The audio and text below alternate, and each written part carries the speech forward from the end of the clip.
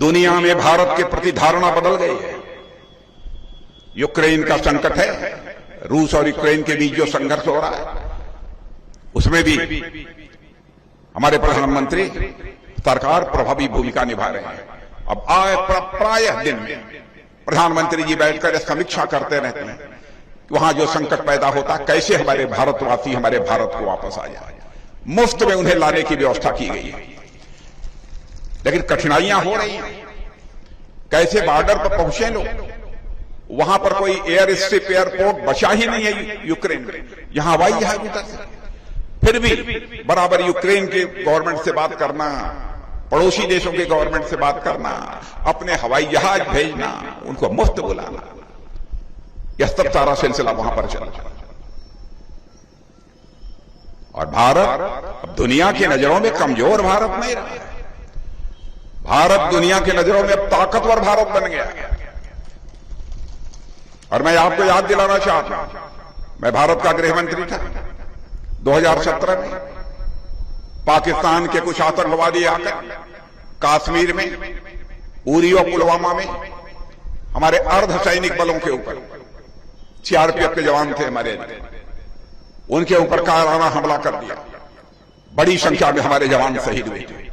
बहनों भाइयों, चटपट में पहुंचा हुआ और गृह मंत्री रहते हुए जो मैंने कंधा उन जवानों को लगाया था, आज भी उसकी याद आती है तो मुझे शांत है।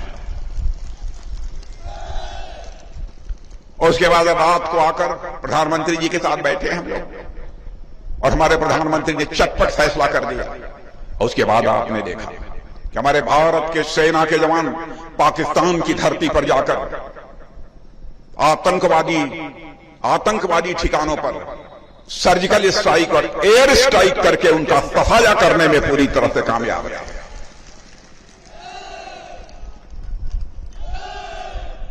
हमने सारी दुनिया को यह संदेश दे दिया कि भारत का चरित्र रहा है कि आज तक दुनिया के किसी देश पर न तो हमने कभी कोई आक्रमण किया,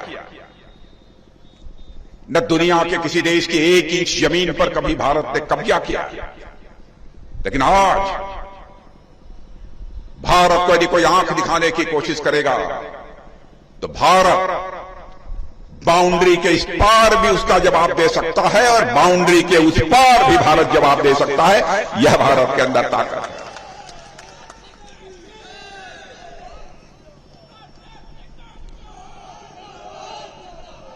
और बहनों भाइयों, मैं आपको यकीन दिलाना चाहता हूं, हमारा प्रधानमंत्री बहुत मजबूत है और देश का रक्षा मंत्री होने के नाते मैं भी आपको यकीन दिलाना चाहता हूं, चाहे जो भी कीमत चुकानी पड़े मेरे बहनों भाइयों, हम लोग भारत माता का मस्तक किसी भी सूरत में झुकने नहीं देंगे।